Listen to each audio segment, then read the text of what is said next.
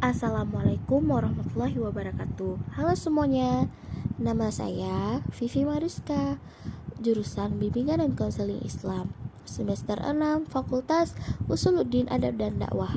Baik, di sini saya akan sedikit menjelaskan tentang urgensi kebencanaan.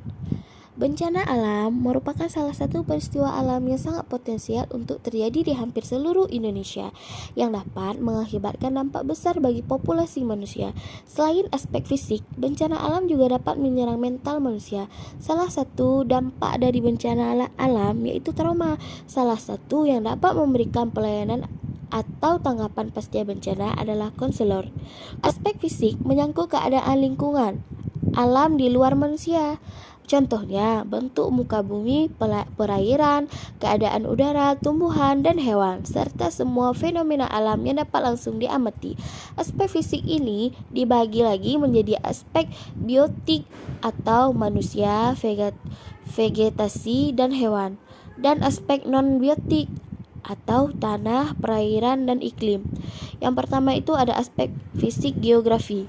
Menitik berantakan pada kajian mengenai fenomena-fenomena geosfer yang mempengaruhi hidup manusia. Pada umumnya, aspek fisik geografi berurusan dengan fenomena-fenomena yang dipengaruhi oleh alam secara langsung, bukan oleh manusia. Pada dasarnya, aspek fisik geografis dapat dikategorikan secara luas ke dalam 3 kategori, yaitu keilmuan yang membahas bentuk bumi dan pengukurannya.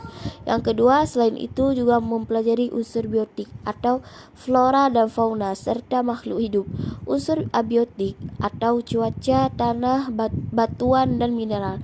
Jika kita pecah lebih dalam, ketiga kategori luas tersebut dapat dikonsolidasi menjadi beberapa lingkup kajian dan keilmuan yang terpisah.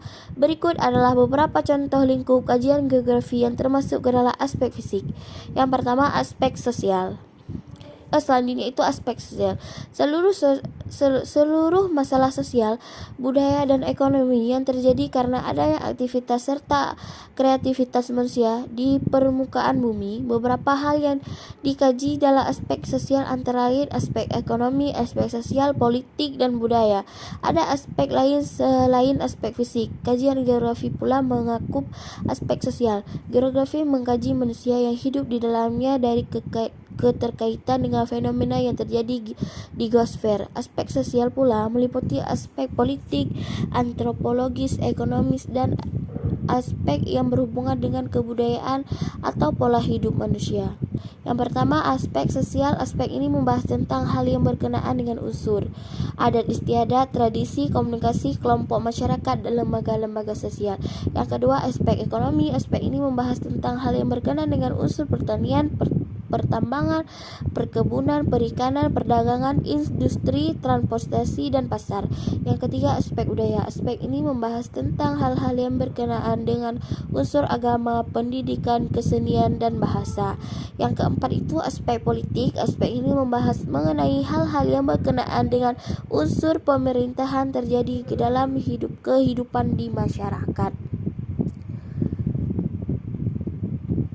Yang kelima itu meningkatkan kesadaran untuk menjaga lingkungan untuk keberlanjutan jangka panjang dan pendek. Selanjutnya itu aspek-aspek psikologis. Yang pertama ada kognitif. Dalam kehidupan manusia, proses kognitif sangat berperan dalam pengambilan keputusan. Bagi setiap individu, sejalan dengan proses kognitif menjadi dasar akan timbulnya prasangka. Prasangka merupakan evaluasi seseorang atau kelompok yang mendasarkan diri pada lingkungan agar nantinya diterima di lingkungan kelompok. Yang kedua itu belajar sosial, merupakan salah satu teori dalam hal belajar.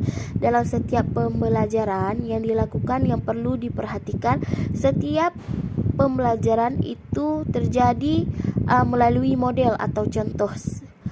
Seperti hal sikap merupakan hal yang terbentuk melalui proses belajar.